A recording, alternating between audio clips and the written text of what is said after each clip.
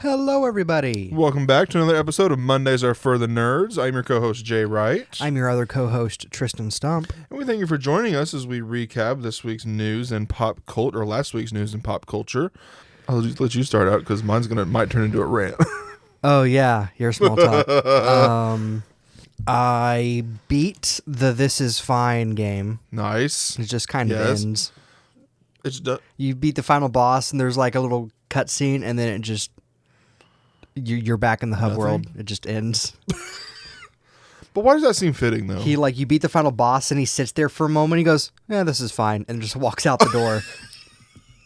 Spoiler alert! I guess I should say spoiler alert. I mean, that's not really.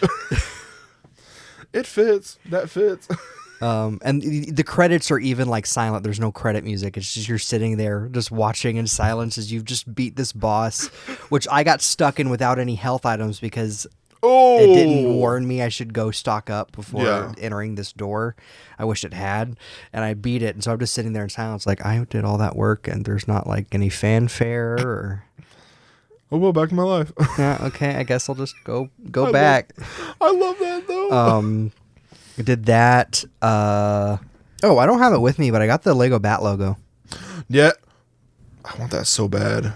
I want that. The big one? I have the instructions with me here because it's going to give me a gold bat suit when I get the Lego game. Yes. But it is currently on display at Sam's house because it's going to be in our apartment anyway. So we're just keeping it there until then. Anything else that I did? No. I mean, I played some Constants, but I just haven't had that much time to play games this week specifically for different reasons. But other than Maximum Cope, I played that, but I just kind of. Yeah. Did that. I hop on Tomodachi Live maybe 20 minutes a day. Piddle around. Yeah, well, because it's one of those games where you're supposed to like, okay, you spend hours rebuilding your island and making custom objects, and a lot of the time I was like, I just want to get on and see what my little idiots are doing, and then you're just waiting around for them to do something, or you're dragging them together to see if something happens. I'm like, I'll just take care of what happens organically, and then move on my merry way. Let them live their life. Yeah. Check out on your little terrarium. Basically. Of me's. See what's happening. My little friends and family. What's this sea monkeys? Yeah, sea monkeys, yeah. It's like, what happens if I shake the jar a little bit? You hear a high pitched ring? Yeah.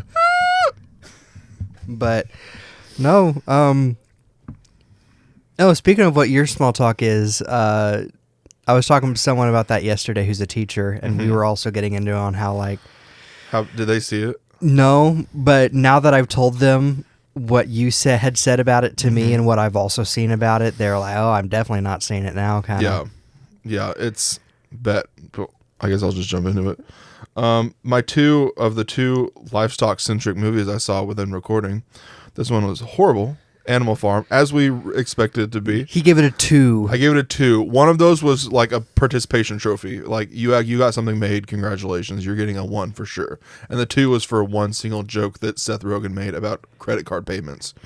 We're like, they give you this and you have to pay for it every month? I'm like, okay, that's funny as an adult. Yeah. But other than that, it's a steaming pile of crap. I'm sorry, but Andy Serkis crapped out a little thing. And I will say, I played devil's advocate. I'm not blaming Andy Serkis. I played devil advocate because he had said something like that when we were talking. I'm like, now, to be fair, Andy Serkis has been very vocal about the fact that there was a lot of corporate meddling with this movie. Yeah. So I'm not only laying all the blame on Andy Serkis, but like at some point. But also when there's some movies that, are going to be bad because corporate won't let you tell the story you want to tell. Yeah. But at some point, you have to look at the tools corporate leaves with, they give you all these tools and they come in and go, actually, never mind, and take a bunch away. Yeah. The tools you have left, you can use to tell a good story. Exactly. Sure, you're already like facing an uphill battle with making Animal Farm without any of the allegories. Yes, because you're taking it because it is a kids movie. We said this. Even though Animal there Farm have would be a been good a number of movie. children's movies that have faced similar but not the same allegories. Yeah. And did it fine. Mm-hmm. And even if you wanted to just boil it down to tech is bad, from what I've heard, you could have done it in a better way. Oh, absolutely. Or at least corporations, like anti-corporation. Yeah. But no, it'd make it. Animal Farm is not something that should be like a kids movie. No, because it is about communism. First and foremost, it is about communism. There's characters that are in the book that aren't even there. The main character is not even a character in the book. Lucky doesn't exist. And I get that he's like, we need to make it like more. We need to change the ending so it's more like kids can be like and watch it and not be down. I'm like, then you're losing the purpose of the book. Then you're losing the purpose of Animal Farm. Hey, let's remake Land Before Time. Yeah. Man, it made me really sad when they killed Littlefoot's mom. Well, she can live. Let's just let her live. Let's do The Lion King, but Mufasa's alive the entire time. Man, I want to make a children's movie of the Titanic, but man, the boat sinking, that's sad. It's just devastating. That's sad. Let's save it. Well, it's there for a reason. We say this about Titanic. The boat and the iceberg can be friends. Exactly. We make it from the point of view of Bowen Yang's Iceberg from SNL. No one asked about me. He crashed into me. You know what? Batman can have his parents. Exactly, because that doesn't change he'll still be Batman with his parents. Angel Studios. We should probably be pulling from other literature to make this joke, but I used up all those jokes last week. We did. You can see you. No, don't go see Animal Farm. Go see the one we'll talk about later that comes out. If you're gonna take your kids to see an animated movie, what's out? There's another one that's out right now. Mario. Yeah, I guess just go take them to see Mario again. But if you want one that's livestock, just wait. There is another one that came out though. I forget. Well, Minions and Monsters is almost out. It's coming out. Toy Story 5 is coming out. Toy Story 5 is almost out soon. Is that mine or yours? That's mine. Okay. You have Masters of the Universe as a backup. Oh yeah. Spoiler alert for our next. Yeah, I'm looking at like upcoming animated movies, and it looks like right now it's just Mario and Animal Farm, and then you've got Toy Story. Actually, Minions and Monsters is July. I don't know why I feel like it's so soon. Yeah. Well, it's because you see it. It's Minions. Well, that and they're already doing like so many ads for it. Yeah. Toy Story 5 is the next big one, isn't it? Yeah, June 19th, Toy Story 5. Oh, actually, June 4th, Amazing Digital Circus, The Last Act. True. We don't talk about indie animation. We should talk about. I think I threw it on there for a pre-sale. You might have. Box office. And then May 15th, we've got another pilot coming out from this Glitch Studios. Oh yeah. They're doing what's it called? Gameoverse. It's remember Ross from Game Grumps. That's his pilot that he's been working on for however long. He's finally got a finished pilot for it that he worked on with Glitch. Bunch of people in it. Erica Linebeck, obviously Aaron Hansen's in it. Anyway, notice how it's so bad we're talking about things other than... Yeah, we're talking about other animation coming out besides Animal Farm. Chris Sabat, you would know him as... the English voice for Zorro in One Piece. I haven't watched the voice. Which I know you haven't watched it, but you would know, like... Of the characters. And then he's also the English voice for All Might in My Hero Academia. He's an anime voice actor, but he's a prominent voice actor in the anime and video game world. And then Jay Schlatt is a voice in it. He's a YouTuber. I don't know. And Michael Cusack from Smiling Friends. He's also a voice in it. Anyway. I've heard of him. So that one. Yeah. Anything but Animal Farm. Anything but Animal Farm. Go take your kids to see it. Although maybe not Amazing Digital Circus, because that's technically not for kids. No. That's it's you want to talk about allegories. That has a lot of I have no mouth and I must scream in there with it. So if you've ever heard of that short story or game. We don't take your kids to see that one. But I did also see The Devil Wears Prada 2, which was right after that, and that helped. That definitely. I got the tooch. His texts after Animal Farm and after Devil Wears Prada 2 are like night and day. You know those commercials they used to do? You're not yourself when you're hungry, and they hand them a Snickers. I got the tooch. I love calling it the tooch. Stanley Tucci. Yeah. I did have I don't know who I told this to someone, but I had a conversation at the theater as I was getting like my stuff to go see Devil Wears Prada 2, and one of the ladies who knows me, she was like, "Hey, what are you seeing?" I'm like, "Devil Wears Prada 2." She's like, "Oh, I just got out of it. It was so good." And I'm like, "I'm excited for the Tooch." And she goes, "He's so amazing in this." I'm like, "I know." He's like, "He's good in everything." I'm like, "I know, you get those like black rimmed glasses, and I know we're gonna have a good time." What a Tooching conversation. I know. Tucci gang. That's from SNL. Tucci can do no wrong. Stanley Tucci can do no wrong. He is amazing in this. The movie is actually really good for having just seen the first one like 3 weeks ago. Mm-hmm. I also had a friend who watched it and then an hour later... Your mom watched it? No, I'm talking about she watched the original and an hour later went and watched the new sequel. Did she like it? Yeah. See? It's good. Yeah. People are saying it's like as good, if not slightly better than the original. And I'm like, you don't get that a lot. You don't get that a lot with sequels that are 20 years apart. Legacy, yeah. Like Legacy. Top Gun did it. Devil Wears Prada 2 probably did it. Does Toy Story 3 count as a legacy sequel since it was like...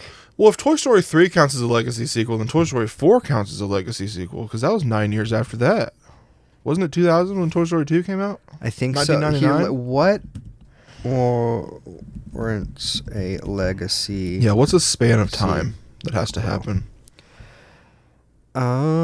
Usually 10 plus years. Something that is considered dormant, which is a dormant franchise is usually nothing in 10 plus years, which means at one time, that means Zombie Island, Scooby-Doo and Zombie Island is a legacy sequel, by that very definition. But yeah, I guess that would make Toy Story 3, 4, and 5. Maybe not 5. No, it was 7 that's years. 7 years, yeah. So 3 and 4 are legacy sequels. That means to each other. That means that Sponge. But we had specials in between. Oh, that's true. And the Buzz Lightyear TV series. Yeah. Actually, I don't know if the Buzz Lightyear TV series between 2 and 3 quite counts. Are we talking about like just the top? Because that was Disney's doing and not Pixar's. Yeah. Even though I love it, there is a little bit of you can tell there's a distaste for it by Pixar because of how much they do not talk about it. And it's not on anything. Yeah. Even though that show is great and should have lasted longer. I say about a show that aired before I was even born or like cognizant. It was like early 2000s. Early 2000s. Yeah, like 2 or 3. I was not, my brain was not developed enough to remember watching it other than like 2 reruns when Toon Disney was still a thing. Later on. Anyway. So maybe 3 is a legacy sequel. Yeah. 3 is a legacy sequel. But then you had like the specials, Toy Story of Terror. Yeah. So you know all the specials between 3 and 4. So maybe 4 is not. But if we're talking just movies. Yeah. Anyway, it's cool that Devil Wears Prada 2's managed to achieve a legacy sequel being... Yeah. Because like because there's a lot of sequels that I personally love as much as the originals that critically are like, like Ghostbusters Afterlife, I think it was awesome. Awesome. Like it is just a really good movie. Good Ghostbusters movie. Yeah. Frozen Empire was good. I wish it was better enough to have warranted like more because it was almost like 1 and 2, the Ghostbusters 1 and 2 and the cartoon gave us so much time with those characters, and then obviously we have years and years of comic books and stuff. Yeah, where it feels like us like not really seeing them again. It was like, okay, well we have a lot of material, but then you give us these likable characters in the new ones, and it's like, oh, we only get 2 movies that are not only likable but also reminiscent of the past. Yeah, unless a certain announcement you might have on your news is related to that. Yeah. Don't go see Animal Farm. Go see Devil Wears Prada 2. Yeah. Trey asked me, he's like, is Animal Farm worth seeing? I'm like, not in theaters. If you have to see it or absolutely want to see it, wait till it's on streaming. Which I hate to say that, but some movies are like that. Then I started binging The Punisher Season 2 because I have to get it done by next Tuesday. By the time this episode comes out tomorrow. I watched like 7 episodes yesterday between at school and everything. But that is all I did. Trying to get my releases. Yes, sir.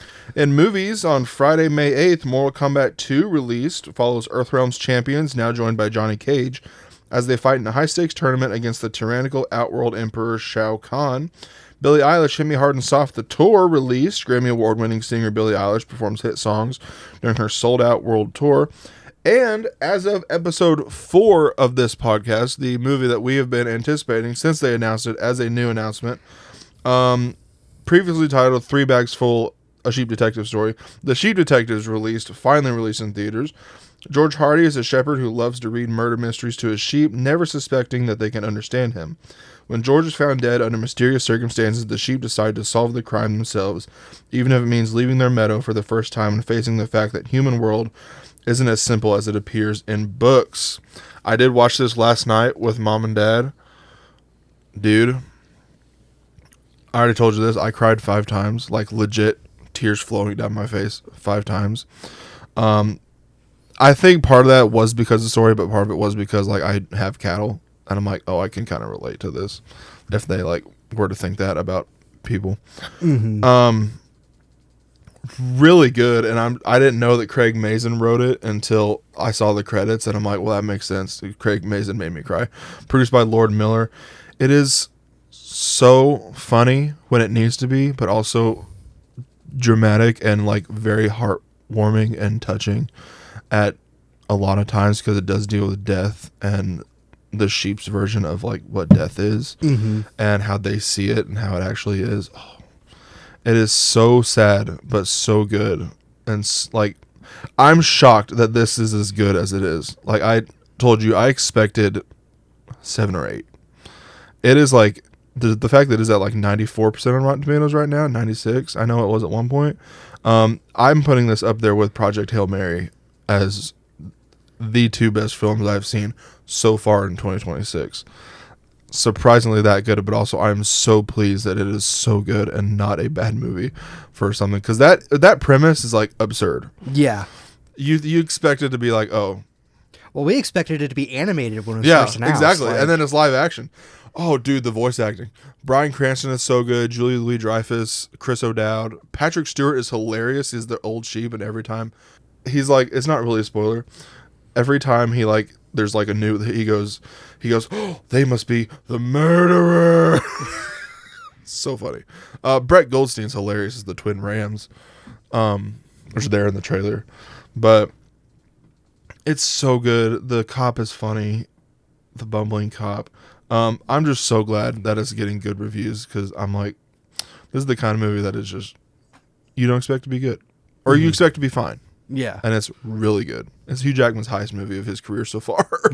Shocked that it passed Logan. Definitely go see the Sheep Detectives in theaters over the Animal Farm for sure. If you want something with sheep in it. On streaming side of things, Remarkably Bright Creatures dropped on Netflix. Through unlikely bonds formed during night shifts at a local aquarium, Tova, an elderly widow, learns of a life-changing discovery that may bring her joy and wonder once again. It is based off the book that Allie recommended to me. I'll be watching it tonight. It dropped on Netflix. And on TV side of things, Monday, May 4th, saw Lord of the Flies limited series released on Netflix. Dr. Seuss's Horton Season 2 dropped on Netflix as well. Tuesday, May 5th, The Bear surprise prequel episode Gary dropped on Hulu. No press was done for it. No, they didn't know it was happening. They didn't know it was filmed. They filmed it in secret. They just announced, oh, new episode. And supposedly really good. Wednesday, May 6th, Citadel Season 2 dropped on Amazon Prime Video, which I need to watch. And Worst Ex Ever Season 2 dropped on Netflix. And on Thursday, May 7th, MIA Season 1 dropped on Peacock. And that is all for my releases for this week. And my gaming releases this week, May 4th, Ash and Adam's Existential Treads, released on PC from Ash and Adam's Games. A mini-action city builder in a post-apocalyptic world. Ooh. Grow your settlement, fend off waves of enemies, restore nature. Island Tiles, released on PC from Thunder Rock Innovations. Island Tiles is a cozy but compulsive roguelike deck builder. Unlock powerful technology cards, shape your deck to craft game-breaking combos, and grow your settlements to glory in this ultra-satisfying roguelike. Prime Monster, released on PC from Cavalier Game Studios, a card-based political roguelike about surviving in a parliament of literal monsters. Fight for votes, break rules, weather scandals, and force through absurd laws to keep the top job in this democratic dystopia of truly monstrous proportions. I feel like that's like an overly monster-seeking monster, but in a different like realm and like more rules. I love that. I like the art style. I need to show you some screenshots. May 5th, Dark Adelita, released on PC from Brain Dead Rabbit Games and publisher Indie.io. Dark Adelita is a brutal 2D action platformer rooted in Mexican folklore. As Angela, a fearless Adelita, fights her way through mystic horrors, dodge deadly traps, and face legendary bosses from Mexico's past, all while uncovering a supernatural threat born from revolution. Dead is Disco, released on PC from Brain Jar Games. Martial arts meets music video in Dead is Disco, a neon-drenched beat-em-up where every punch, kick, and combo syncs to the music. Join Charlie Disco on a quest to confront the villainous idols and reunite the band. Sounds fun. Oh, yeah. Motor Slice, released on PC, PS5, and Xbox from Regular Studio and publisher Top Hat Studios. Parkour through the ruins of a megastructure, climb massive bosses, and hunt down every construction equipment in this slice of life action adventure with immaculate vibes. Wax Heads, released on all major platforms from developer Patati Games and publisher Curve Games. Wax Heads is a cozy punk narrative sim about working in a struggling record store. Chat to quirky customers with unique tastes, explore a handcrafted record collection, fall in love with bands and their drama, or just slack off with your colleagues, whatever gets everyone's grooves back. On May 6th, Far Ever entered early access on PC from Shiro Studios. Forge your legend in a forgotten realm. Far Ever is an online multiplayer action RPG set in a vast fantasy open world. Alone or with friends, embark on an epic journey together, explore wild lands and dangerous dungeons, craft powerful gear, and carve your path through dynamic combat and platforming. Hypnos entered early access on PC from Redlock Studio. Hypnos is a first-person action-adventure exploration game set in a Lovecraftian megastructure fever dream. Enter the nameless city at the edge of dreams. Follow the trail into the shadow of the holy mountain. Embrace your destiny. May 7th, Duck Side of the Moon, released on Switch and PC from Starbrew Games. Waddle and fly as a duck in space. Explore every corner of the galaxy and find curious creatures and materials along the way. Craft gadgets, upgrade your spaceship, and get cozy in this relaxing adventure. Mixtape, released on all major platforms from developer Beethoven and Dinosaur and publisher Annapurna Interactive. On their last night together, three friends embark on one final adventure. Play through a mixtape of memories set to the soundtrack of a generation. This game is getting, like, critically, it is getting, like, a lot. It got a 10 out of 10 from IGN. Yeah. It's getting, like, high reviews. And then you look at the audience reviews for it. And it's interesting that I say audience review instead of gamer reviews.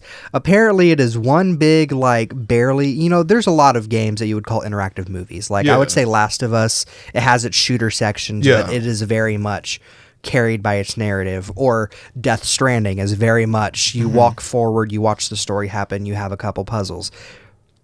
Apparently Mixtape is this, but without the gameplay to break up the story. Like, you get very little interaction with the story. Like, you don't choose a lot of how the story goes. You just walk into the next cutscene. There might be a couple mini games, but you don't even have to do much. You don't even, like, there was one person that won a chase scene by not touching the control stick at all. Yeah. And so that's weird. I've heard it's just, and this has happened before with some games where it's like pretty much a movie that the only time you control is to get to the next cutscene kind of thing, where it's like critics end up loving it and then audiences end up being like, eh. Yeah. The story was good, but eh.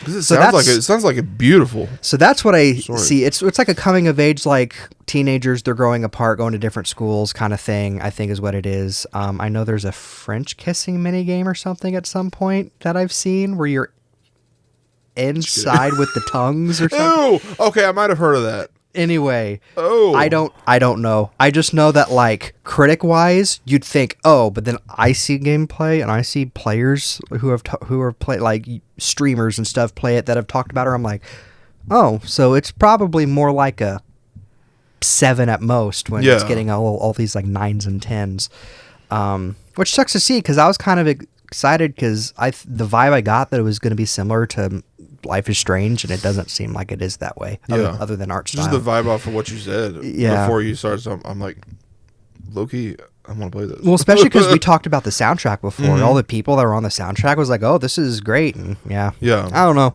but Then again, I could end up playing it myself and think, oh no, that story was beautiful enough to warrant the lack of gameplay. Right. But I usually don't think that way. If like Dispatch, for example, that dispatching minigame is fun. And your choices also matter in that one because it's a Telltale like, where it's like the story is interesting enough to keep me wanting to play, but if the gameplay that breaks up the story isn't that fun, I'm just going to look up the cutscenes on YouTube or something. So it's like you have to have a good balance if you're going to make a game that's narratively focused. You need that game in there and not barely interactive like cutscenes. Yeah.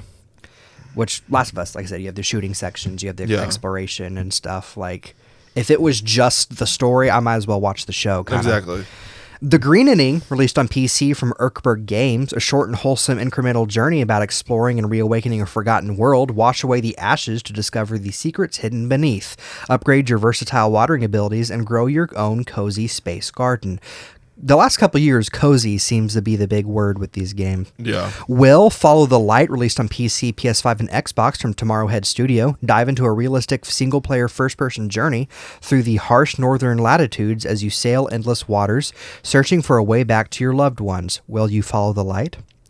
May 8th, Everything is Crabs, the Animal Evolution roguelite from devs Odd Dreams Digital and publisher Secret Mode. The Animal Evolution roguelite: hunt, flee, scavenge, and thrive in a living ecosystem. Choose from 125 plus evolutions and specializations for unique creature combinations in every run. Adapt to survive the natural curve in order to beat carcinization, or you get Darwin trying.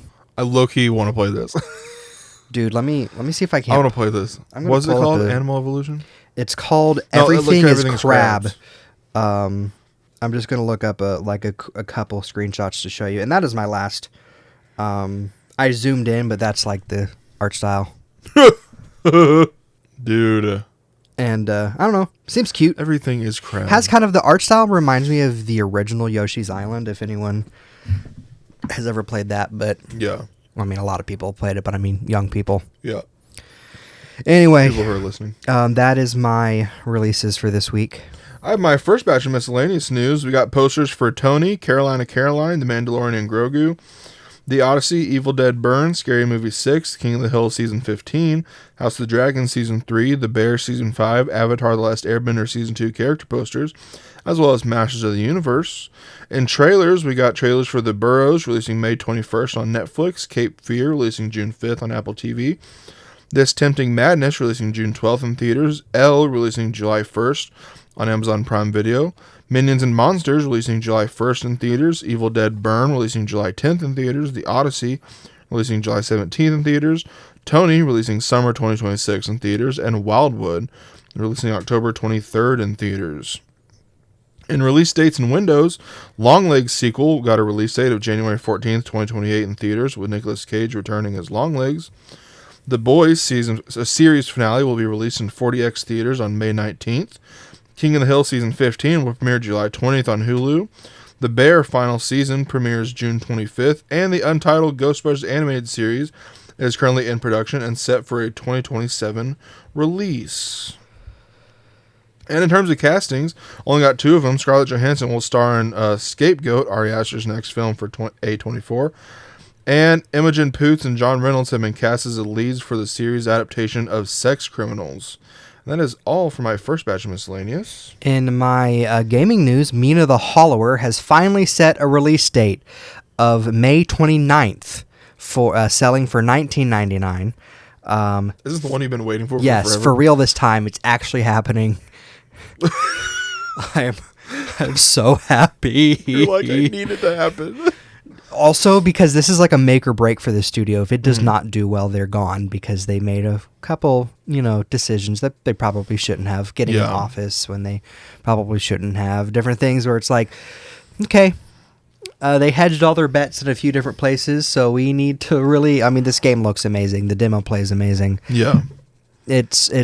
We just got to hope that it sells well, so they can. Apparently, they want to make they're the same people that made Shovel Knight. Apparently, they want to make a 3D Shovel Knight, but that can't happen if this game doesn't do well and they're not financially able to keep things going.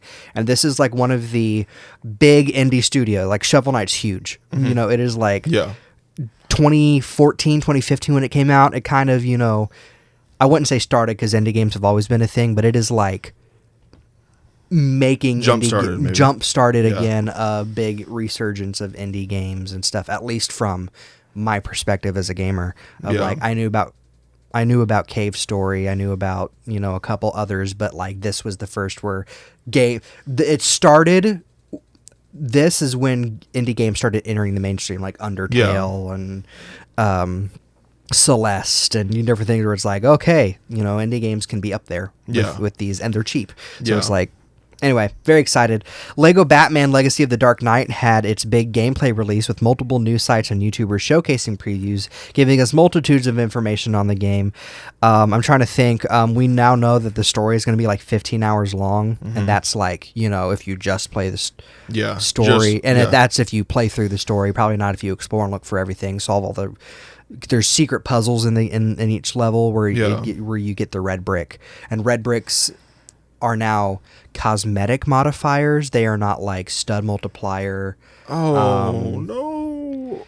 That's what I used to help 100%. But here's the thing. I don't know if True Hero is back.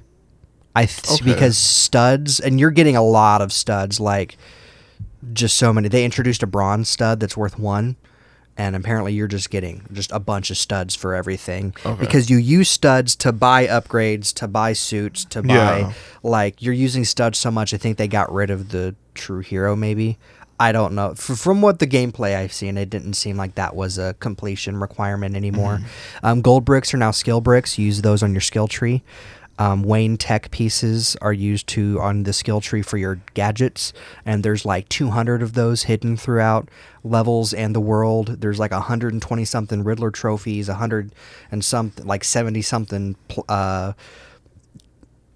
challenges, 100 costumes, 30 vehicles. Like, just there's going to be a lot to do is what we've picked up on. And then there's some posters that makes me think, okay, well, these characters aren't going to be in the story at all. Man-Bat was seen on a poster like for like a Broadway musical or something. And like that's their shout out. And same with like Baby Doll, which I didn't expect her to be in the story. Anyway, there's even, I think you saw me and Trent talking about this, there's a billboard somewhere for a podcast that's like a dedication to Kevin Conroy and different things like that, where it's like we got to see a lot of cool little information like that. I'm excited to see what the cast is because I'm liking... So that's Troy Baker? Troy Baker's not Batman. Oh, that's right. He's the old Batman. What am I thinking? It's the different guy. Shai Matheson is Batman in this, and then Matt Berry is Bane. Those are the only 2 voice actors we know about, even though we've heard all these other characters like talk a lot. It's like, it's going to be interesting to see who's voicing who. But I'm going to guess, based on what we've seen, that the final boss is going to be Ra's al Ghul. At first, I thought it might be Bane. For some, like I already got the vibe that yes, Joker's going to be like growing through the whole story, but something tells me he's going to be more of a issue with other things going on than just a villain throughout the whole thing instead of the villain. But I think it's going to be Ra's al Ghul doing the whole "let's blow up Gotham" thing. I think that might be what the plot is because I don't know, they have this weird emphasis on just some of the cutscenes I've seen where it's like, okay. Anyway, but we also got a launch trailer that featured a remix of "Kiss from a Rose," which is hilarious because of the music video where he's standing next to Seal is standing next to the bat signal scene. It was featured in Batman Forever. Also the Alfred's tweet. Alfred's tweet. Michael Caine's tweet about Batman Begin is a line in the game. There's just Batman does the Bat-2C in a little mini game. There's a couple other lines and different things. There is a reference the level where they go to Haley's circus and then Two-Face crashes the circus and then Robin becomes Robin. Apparently the ringmaster has a line about get ready for some buffoonery or something like that, which, do you know what that's referencing? Okay. Yeah. Or say, so I don't know how obscure that fact is. Of course, you're like a movie nut and stuff. And like I told my mom that. She goes, "Oh yeah, of course. Like, how is?" She's like, "No, of course that's mainstream knowledge. Like, what are you talking about?" But to the when Jim Carrey introduced himself to Tommy Lee Jones during the filming of was it Batman Forever? Is that no? Batman. Yeah, Batman Forever. Batman Forever. I get Batman Forever and Batman and Robin mixed up. But anyway, Batman Forever, he goes to introduce himself to Tommy Lee Jones because they're Riddler and Two-Face in that movie. And Tommy Lee Jones says something about, like, not even met this guy before and just looks at him and says, "I have no patience for your buffoonery," or something. I can't remember what the whole line is, but that line is referenced in that level where it is an homage to Tommy Lee Jones's Two-Face crashing the circus and... get ready for some anyway, so that's if you want to know how like deep they're going with like some of the references in the story, and it seems to be a story that has certain moments from the movies, but it is not adapting any of the movies. It is one long story that has moments from the movies intertwined together. Yeah. So like you have a level where they take down the Falcones, and it's a lot of the Batman in there with the Iceberg Lounge and the car chase. There's definitely going to be some. We already know that the cathedral scene from the Batman '89 is going to be a scene, but Catwoman's there. Yeah. So it's like they're doing different things with it. Anyway, we're very excited for this. Wow. We are doing at least a 2-episode Let's Play of like the beginning. Yeah.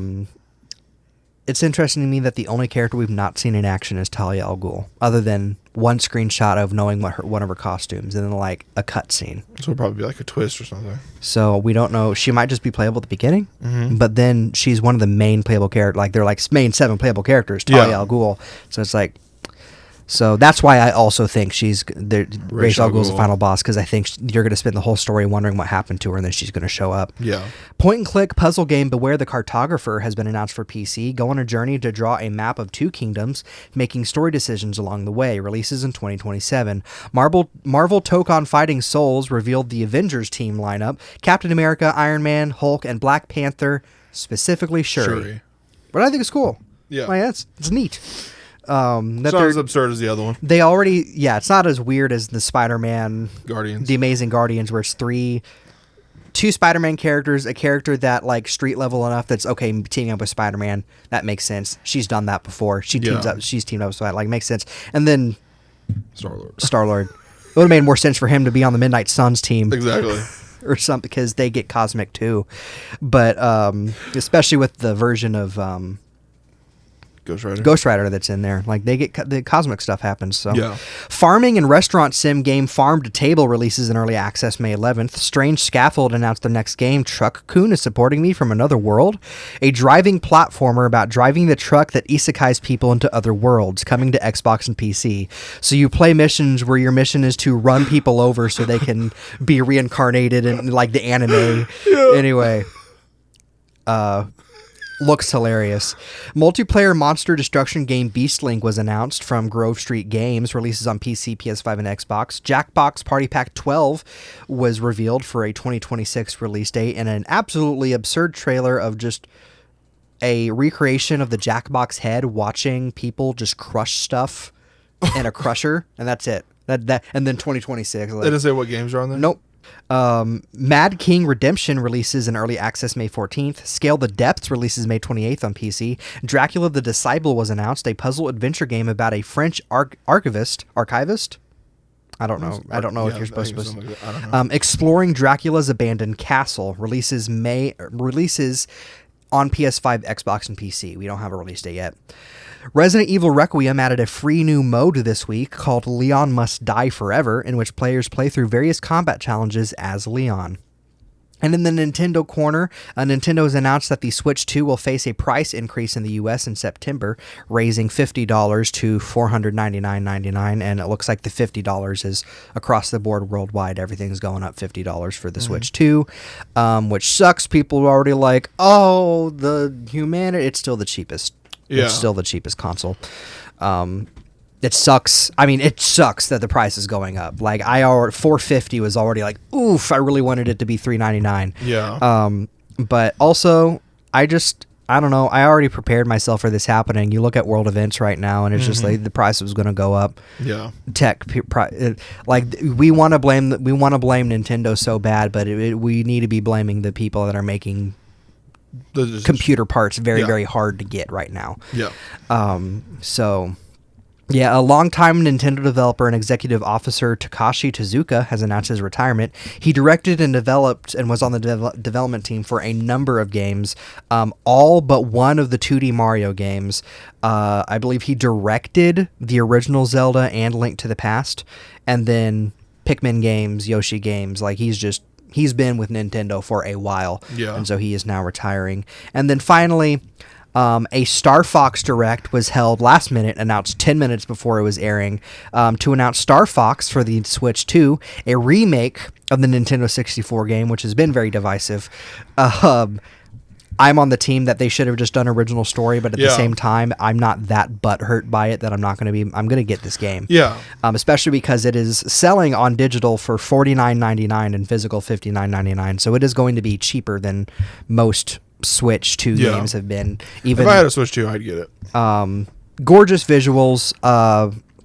They redesigned all the characters to be a little more realistic, a little more similar to the original box art where they made these realistic looking puppets of the characters, and then they're kind of trying to lean more towards that. People are comparing it to Ugly Sonic. I don't think it's that. No, it's not as bad as Ugly Sonic. I don't like Falco's design. Falco's the only design I don't care for because they gave him these realistic bird legs where it's like you could have made them aliens and given them normal legs. Like that's fine. But at the same time, I don't know. I'm already kind of used to it, except for Falco. Falco's going to be the only thing that bothers me this whole time. I'm going to be playing the game and being like, what have they done to my boy? But it's still nowhere near Ugly but Sonic. They are, but not is. It's the fourth time they're telling this story. Fourth and a half.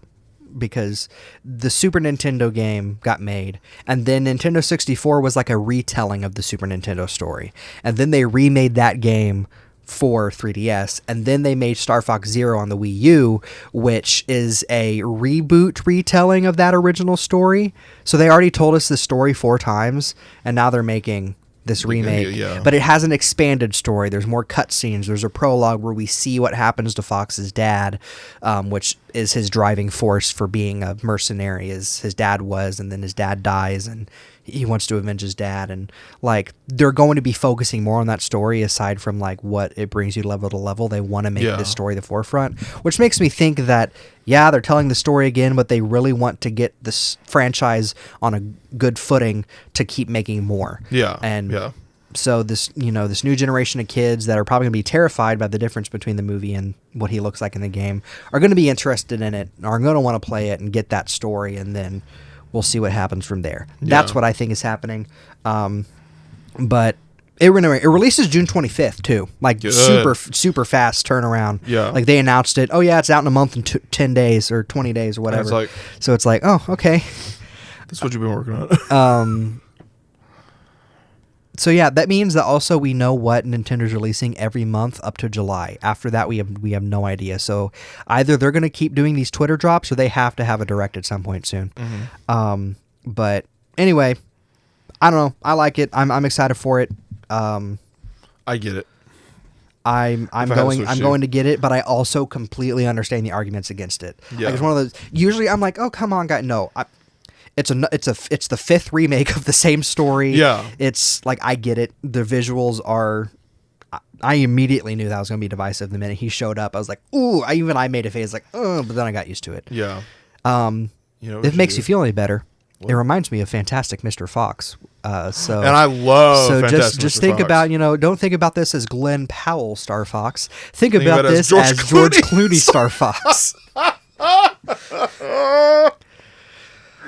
Oh, I didn't think about that. I'm interested to see who the voice cast is, because the guy playing Peppy sounds very familiar, and I can't make up my mind if it's the guy who played Grandpa Max from the original Ben 10 series, or if it's Frank Welker, who voiced Fred and Scooby. I don't know, or it could just be a guy that sounds like them, but that voice, it's like that.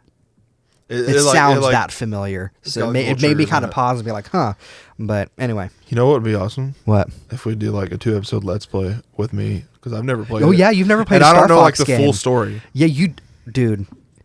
I've like stayed away from it because like I want to like experience. Here's the thing: my dad, like he never had a Nintendo. I don't think he ever had a Nintendo 64, but he played enough Star Fox and stuff where he was interested enough in the story that. Growing up, he was like, if Nintendo ever does movies, I want a Star Fox movie. Like, yeah. Because anyway, watching the cutscene, they released one cutscene. It made me be like, why don't they just make this a show? Yeah. Like it's got this. It's very much a Star Wars space opera melodrama kind of thing, but with animals. Yeah. And it's just which is right up your alley. Yeah, right up my alley. Especially if you throw in Glen Powell. Yeah. And my last batch of miscellaneous and new looks, we got a new look at Renate Renciev and The Backrooms, new clips from The Mandalorian and Grogu and Obsession. We got a new trailer released for The Odyssey, as previously mentioned, which gave us new looks at Matt Damon, Tom Holland, and Robert Pattinson. First looks at Charlize Theron, John Leguizamo, and Elliot Page, as well as a first look at a Cyclops. We got a new look at Scary Movie 6, new look at Trapjaw, Ram Man, and Fisto and Masters of the Universe, and first look at the Minions in a 1920s noir film and Minions and Monsters. For first looks, we got a first look at Dominic Sessa as Anthony Bourdain in the biopic Tony. First look at John Cena and Eric Andre in Little Brother. The comedy film follows a man that tries to reconnect with a volunteer from his mentoring program, Big Brother, Little Brother, after 20 years. Releases June 26th on Netflix. We got a first look at James Gray's new film Paper Tiger, starring Adam Driver, Scarlett Johansson, and Miles Teller. Film follows two brothers pursuing the American dream that lands them in a Russian mafia scheme that terrorizes their family. As well as first looks at the Oasis documentary, releasing September 11th in theaters, including IMAX. In box office earnings, The Devil Wears Prada 2 earned $32.5 million in its domestic opening day, which is bigger than the opening weekend of the first film. And it opened with $233.6 million worldwide, which is the second biggest opening of 2026 so far. And as of Friday, May 8th at night, it is currently at $258.8 million worldwide. Michael passes $400 million worldwide. Mortal Kombat 2 earns $5.2 million in domestic previews, and also earns $17 million in its domestic opening day, which is the biggest opening day for any Mortal Kombat film ever. The Backrooms is tracking to open with $20 million domestically, which is 2 times the film's production budget of $10 million, and could become one of A24's biggest openings ever. And updates for our box office draft. Michael, for me, is sitting at $450 million, $76,704, which is as of 10 p.m. last night, May 8th. And the Super Mario Galaxy movie for you is at $900 million, $900,065,565. So about twice as much.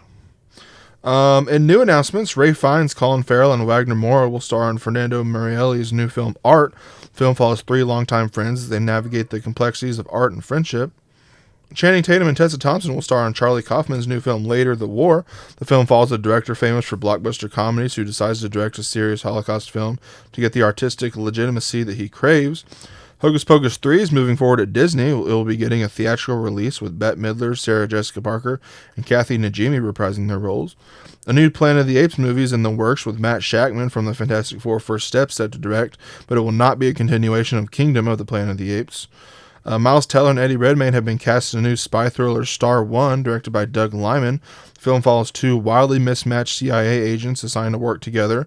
One of daring and charismatic, and the other is a straight-laced strategist.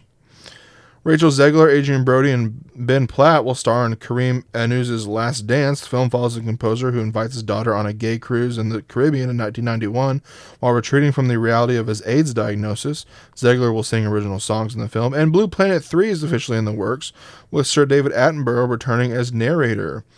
And just one bit of miscellaneous mentionables. Harry Potter Season 2 has been greenlit at HBO, with Chamber of Secrets beginning to film this fall, and Season 1 doesn't release till December. So I knew that HBO was really going to bank on that. That is all for my miscellaneous news. I do have a milestone birthday for this week. David Attenborough turned 100, which anyone who has watched almost anything BBC Earth, he has voiced it. One of the greatest nature doc voices ever. And that is all. In my anime news, I have 4 pieces of anime news. The One Piece remake anime is set to premiere on Netflix February 2027. Season 1 will cover the first 50 chapters across 300 minutes, spread through 7 episodes. It's about an hour-long episode each. Okay, 300 minutes. Upcoming anime Vertex Force will premiere in October 2026. The World is Dancing premieres July 2nd. And an anime short, My Hero Academia, I Am a Hero 2, will release this summer following Eri in high school. Nice. So that is my anime news. I have a couple of comics news on DC side of things. So we got a new look at Supergirl, and Craig Gillespie confirms that it will have a post-credit scene, but he cannot tease anything about it. Matthew Lillard has been cast in Man of Tomorrow. Did you see some theories about who he's playing? Who he could be playing? I saw one person say Plastic Man. That's what I saw. There's other characters he could play. There is. The Batman Part 2 got our first camera test. Confirmed the film will be set during winter. Greg Mottola is the frontrunner to potentially direct a Deathstroke and Bane movie. He's known for directing Superbad, Paul, as well as episodes of Peacemaker. I saw one person fan cast Matthew Lillard as Commissioner Gordon. Ooh, okay. If, that'd be interesting. If they end up, which, I mean, they're probably going to end up having their Batman be separate from Matt Reeves' Batman. Yeah, yeah. But... I assume they would. Oh, I feel like that'd be interesting. It's also, he's been playing so many bad guys lately that it'd be nice to see him be a good guy. Exactly. Yeah, he has. Returning a Stu. Like, Plastic Man's fine if it was like the early 2000s. I was going to say, it'd be like... It's the same with like him, like early 2000s, late 90s, him and Jim Carrey would have been my first two choices for Plastic Man. But like now it's like, there's also so much of Tom Kenny's DNA and Plastic Man in media outside of comics that it's like, oh, it'd be so nice. Like casting him in live action, you're going to have to find that right amount of energy. Exactly. And I don't know. I feel like the older you get, the less energy energy you're gonna have. Or less you're able to for a character like Plastic Man. Yeah. So you need someone in like their 20s. Yeah. Or the Question. It could be the Question. Yeah. I like Commissioner Gordon. I like that spin on Commissioner Gordon with him. Especially if you have your Batman already be established. If the first story is going to be about him getting Robin, then you don't have to have a young. Jim Gordon like you do, or young-ish Jim Gordon like you do with the Matt Reeves Batman. So yeah, I like that. On the Marvel side of things, Daredevil Born Again season 2 finale aired this week. So good. It's high. It's rated a slightly bit higher than episode 4, which was the Bullseye episode. Fantastic. I can't say anything about it because it's all spoilers. But I was like on the edge of my seat, and I was like, so many times. There will be a significant time jump, about a year between season 2 and 3. They announced as just before we started recording, which mirrors how long we have to wait for season 3. And it was revealed that Tom Hiddleston was meant to direct an episode of season 1 before the creative overhaul happened. Punisher One Last Kill, we got new looks and new posters for it. And Joe Russo said this week that Peter Parker wasn't responsible for Uncle Ben's death in the MCU, saying, quote, "If he blamed himself for his Uncle Ben's death, I think he becomes a very different character. That would have been a different interpretation, a more intense interpretation of the character." I don't agree. You don't agree? I don't agree with that.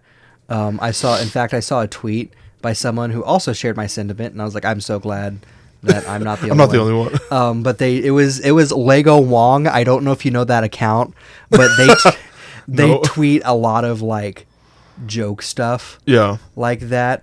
And it was like, what was it? Matt Reeves says in an interview, Bruce Wayne did not watch his parents get killed. He feels like it would be a very intense interpretation of the character.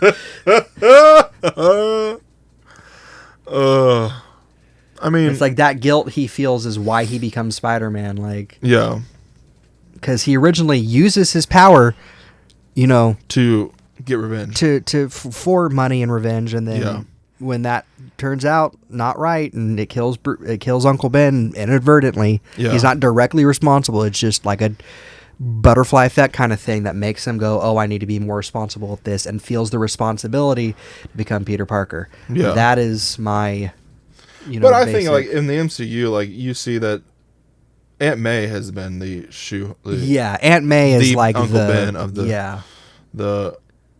Because after No Way Home, he's going to get more serious about it. Which, I mean, there's been other versions where Uncle Ben's like died from a sickness instead of being killed in a mugging, but it's still like he still instills a Uncle Ben is important to him becoming Spider-Man, whereas in this MCU, no, obviously you can tell he's not. He's literally like a kid just with powers. Yeah. And then Aunt May dies. I think we can say that's been long enough.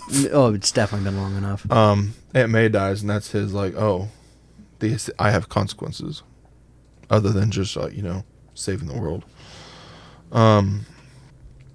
For the number of appearances, and for the second episode, we have The Backrooms, The Devil Wears Prada 2, House of the Dragon, and Michael. Third episode, Evil Dead Burn, Masters of the Universe, The Odyssey, and Supergirl.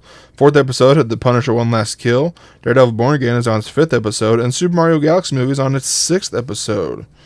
In Celebrity Deaths, Jonathan Tiersen was 60, star of cult slasher film Sleepaway Camp.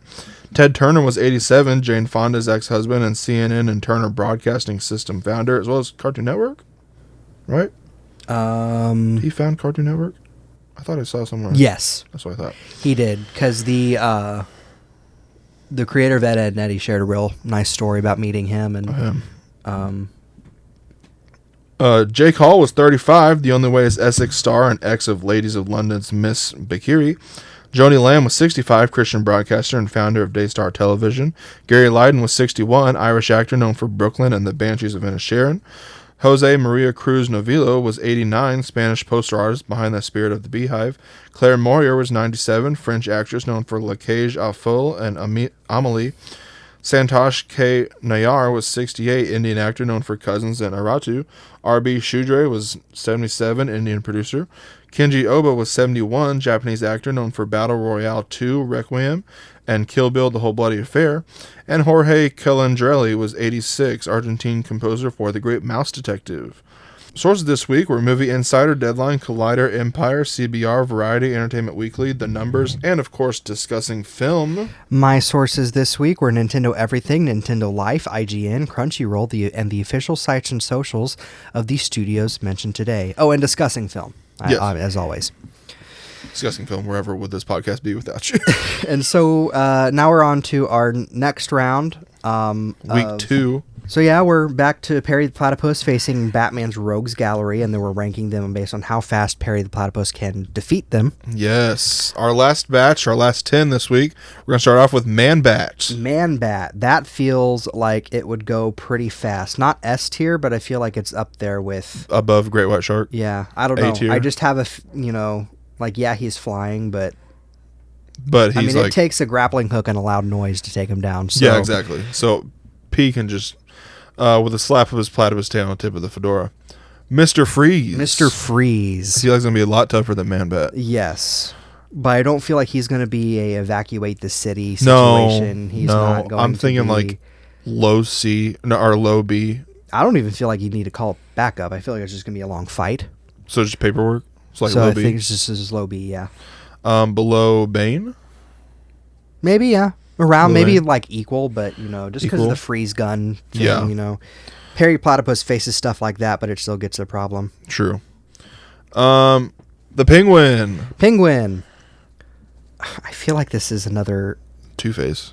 Where it's like human. Yeah. I feel like this is another... Oh, we don't have Two-Face yet. Whoops. Spoiler. This is another A. I meant up here, yeah. Yeah, this is another A or B situation where it's like high B, low A kind of... I think below Man-Bat, because Man-Bat's going to be easier, I feel like. But I'm going to say below Great White Shark. Yeah. How do you think? Poison Ivy. Poison Ivy feels like, I don't know, the exact... See, these are we got a lot of our main streets in this half. This is where we get, I feel like, low B, high C. Low B, high C? Yeah. Because of you can't just really how plans. Yeah, how much her powers. Yeah. Above Joker, you think? High C or below Bane? Below Bane. Below Bane? Low B? Yeah. It's going to be an issue, but it ends up being one of those... Bless you. Thank you. It ends up being one of those, issues that starts and then it becomes an issue for everyone else. And exactly. Phineas and Ferb inadvertently help because they're solving the problem their own way, not knowing what's actually going on. It's like a weed killer or something like that kind of thing. Or like a... like the pistachio alien invasion that happened in Milo Murphy's Law, that kind of thing. Where it's like, Okay, well, it just ends up by coincidence. Yeah, by coincidence, everyone is helping solve this problem, kind of thing. So, next up is Professor Pig. This is one where I'm like, I feel like, in my opinion, he's underutilized. He was in the Arkham game. He was in Gotham for one episode. He's a serial killer. Yeah. He's like one that's like not really like unknown, but like. He's also a dude. Yeah, it's gonna be A tier, but I think it's gonna be like. Is that what you were thinking? Yeah, I was thinking A tier. Maybe above Dr. Death. Yeah. Below Penguin. Riddler. Also human. Also gives me Doofenshmirtz vibes. I'm thinking S tier. I'm also thinking S tier. Below Condiment because King? If we're dumbing him down to like Phineas and like we're kind of like making them meet in the middle. Yeah. He's gonna be like, oh, solve my riddle, and then he's not gonna realize that like Perry's already behind him. Yeah. What? I'm thinking below. Yeah, it's still going to take longer than Condiment King. Like, it's Condiment King. Come on. All it takes is a gurgle. Scarecrow. High A. High A? Or high B. Above everyone. Like, it's going to take him above a while. KG Beast? Yeah. Fear Toxin. That is true. It's going to cause some damage. It starts with a T. The Tasker? Tallyman? If I remember right, Tallyman, he's only appeared a few times, even though he has his own Wikipedia article. He is like he's essentially like, he has this big old costume. He is a gun for hire for like, he's on the gangster side of things. So A. So I feel like he's another A scenario around Great White Shark area because he's just a gangster who wears a silly costume. Yeah. Yeah. I'm putting him below Great White Shark. Two-Face. I'm also thinking human, but also he's a psycho. I feel like he's going to be a bigger problem than Penguin.